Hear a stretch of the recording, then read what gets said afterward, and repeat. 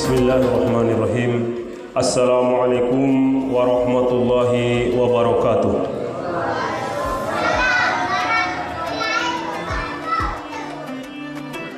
Alhamdulillah, la haula wa la quwwata illa billah. Allahumma salli wa sallim ala sayyidina Muhammadin al-Abdillah sallallahu ala alihi wa ashabihi wa man tabi'ahum bi ihsan ila yaumil qiyamah. Amma ba'd. Bapak-bapak, ibu-ibu, jemaah salat Isya yang dirahmati Allah Subhanahu wa taala. Pertama-tama marilah kita bersyukur kehadirat Allah Subhanahu wa taala yang telah memberikan kepada kita begitu banyaknya kebaikan-kebaikan, begitu banyaknya nikmat-nikmat, sehingga Allah pun sudah memberi gambaran kepada kita semua bahwa wa in ta'uddu nikmatallah la tuhsuha. Kalau kalian wahai hamba-hamba manusia, wahai hamba-hambaku, kalau kalian menghitung kebaikan Allah, tentu semua kebaikan ini tidak bisa dihitung satu persatu. Bapak Ibu hadirin yang dirahmati Allah Subhanahu wa taala, pada malam yang kelima ini, malam kelima salat tarawih, alhamdulillah kita masih diperkenankan oleh Allah Subhanahu wa taala dapat melaksanakan perintah-perintahnya. Hadirin wal hadirat yang dirahmati Allah Subhanahu wa taala, hari ini dunia adalah sebuah kenyataan dan akhirat adalah sebuah cerita. Hari ini dunia adalah nyata yang dapat kita lihat, dapat kita dengar, dan dapat kita hidup di dalamnya. Sementara akhirat, kehidupan setelah mati, hanyalah sebuah cerita. Puasa dan kebaikan-kebaikannya masih dalam sebuah cerita. Salat dengan kelebihan-kelebihannya masih dalam cerita. Bahkan kubur pun masih dalam cerita. Seolah-olah Bapak Ibu hadirin yang dirahmati Allah, yang kita butuh dalam kehidupan dunia ini adalah keduniaan kita. Yang kita butuh adalah uang, yang kita butuh adalah makanan dan minuman, yang kita butuh adalah rumah, yang kita butuh adalah kendaraan, yang kita butuh adalah keperluan-keperluan kehidupan kita di dunia ini. Sementara akhirat, sementara kehidupan setelah kematian, seolah-olah hampir-hampir kita belum maksimal untuk menjalankannya, sehingga semua ini masih berupa cerita. Bapak Ibu hadirin yang dirahmati Allah, cerita tentang kenyataan dunia dan akhirat yang baru dalam tahap cerita ini persis seperti bayi yang dalam kandungan ibunya. Seolah-olah si bayi kecil mungil di dalam kandungan ibunya. Yang dia butuh, yang dia perlukan, yang menjadi hajat kehidupannya adalah apa yang tersambung darinya dan dari plasenta ibunya. Yang dia butuh adalah tali plasenta ibunya yang bisa menghubungkan dia dengan makanan yang diasup, yang diambil dari ibunya tersebut. Sementara tentang keadaan-keadaan dunia yang nanti setelah lahir di atas dunia ini, seolah-olah tidak hiraukan, seolah-olah dia tidak butuh itu semuanya.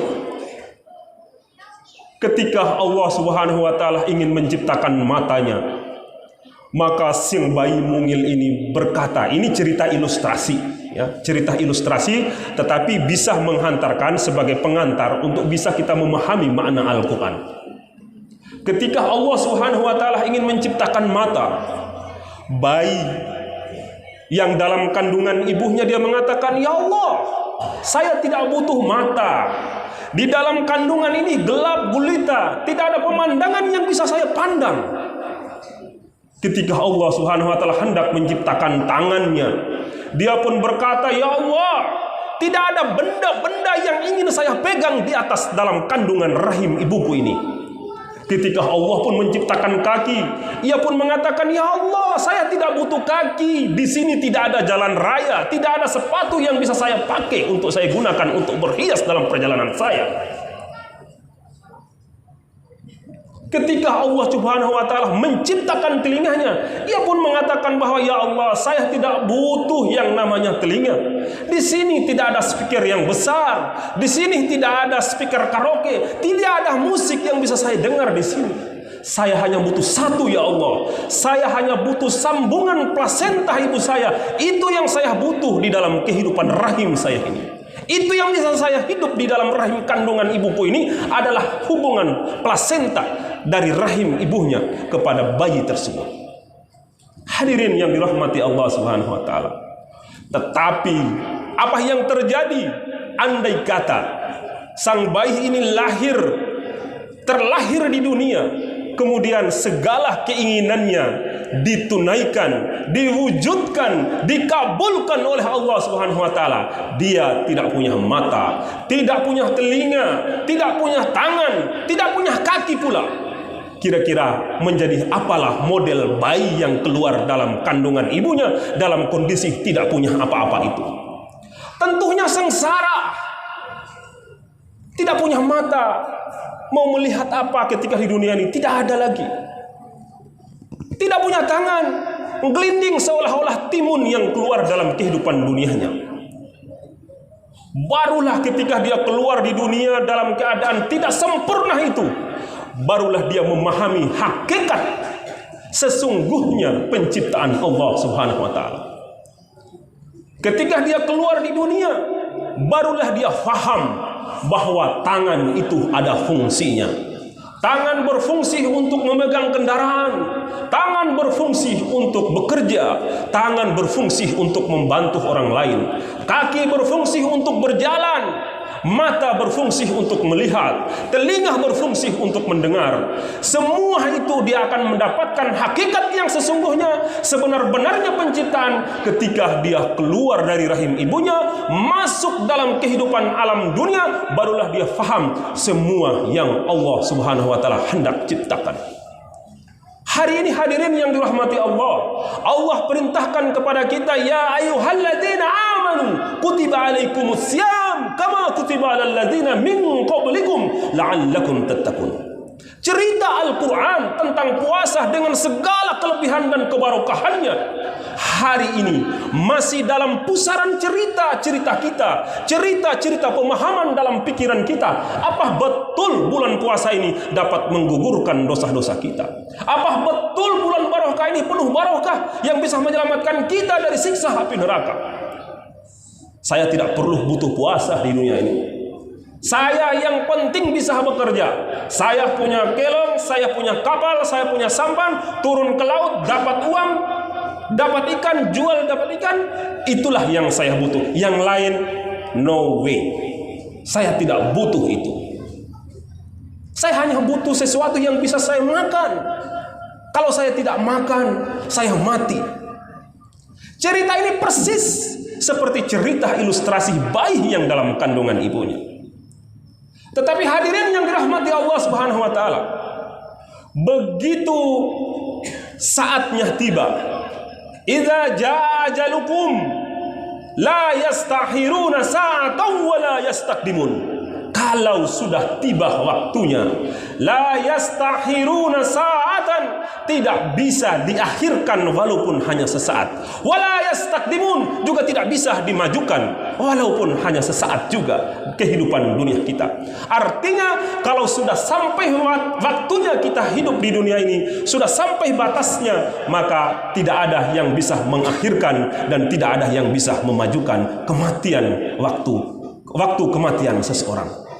Begitu mati, inna lillahi wa inna ilaihi raji'un, sakaratul maut sudah tiba, maka barulah satu persatu dibuka rahasia-rahasia akhirat, rahasia-rahasia kehidupan dunia.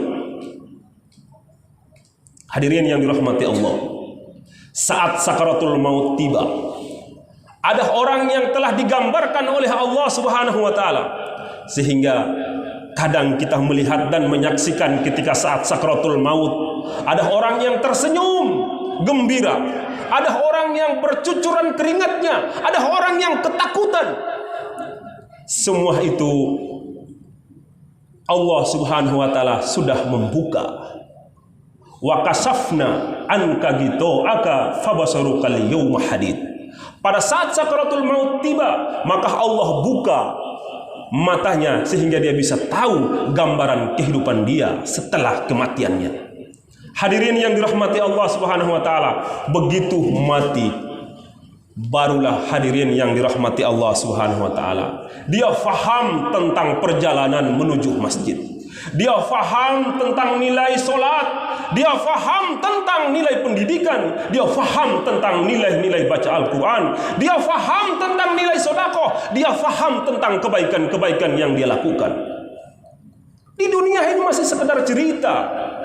Pahala dan balasan kebaikan-kebaikan yang kita lakukan kepada umat manusia dan makhluk-makhluk Allah baru sekedar cerita. Pemahaman yang sesungguhnya adalah setelah datang kematian kita.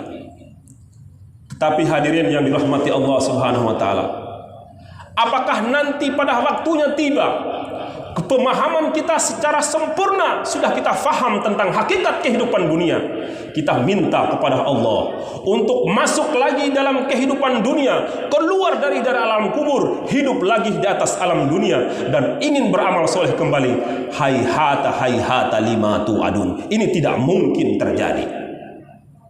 Sebagaimana ketidaksempurnaan penciptaan Allah bagi seorang bayi tersebut, tidak punya tangan, tidak punya mata, tidak punya telinga, tidak punya kaki, melihat dirinya tidak sempurna, dia meminta kepada Tuhannya, Rob, ya Allah, ya Tuhanku, masukkan lagi ke dalam kandungan ibuku, sempurnakan lagi anggota tubuhku supaya layak saya hidup sebagai manusia di dunia ini. Tapi itu hayhata lima tu'adun. Tidak mungkin. Hayhata jauh daripada yang dijanjikan. Hayhata lima tu'adun. Hadirin yang dirahmati Allah, karenanya di dalam surat As-Sajdah Allah Subhanahu wa taala bercerita tentang ini. Substansi ceritanya, inti ceritanya sama persis seperti di dalam Al-Quran surat As-Sajdah ayat 15. Rabbana absarna wa sami'na farji'na na'mal solihan inna muqinun. Rabbana, ya Tuhan kami, absarna, kami sudah lihat. Oh, ternyata puasa itu seperti ini. Oh, menolong orang itu seperti ini. Oh, ternyata fitnah itu bahayanya seperti ini. Hasad itu bahayanya seperti ini. Mengadu domba orang lain itu adalah kerugiannya seperti ini. Rabbana absarna wa sami'na, kami sudah dengar semua apa yang engkau janjikan di atas dunia ini. Farji'na, inilah puncaknya. Farji'na, ya Allah, kembalikanlah kami ke dunia lagi.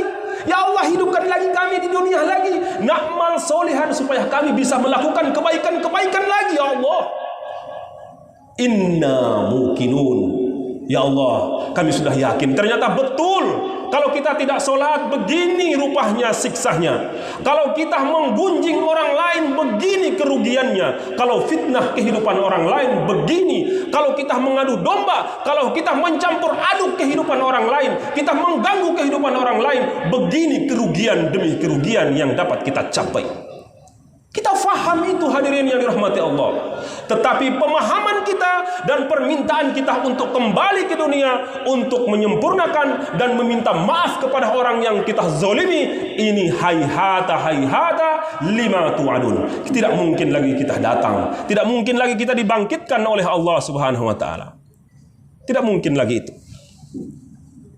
Oleh karena itu, hadirin yang dirahmati Allah Subhanahu wa taala, marilah pada kesempatan Ramadan ini, mari kita bersama-sama untuk mengintrospeksi.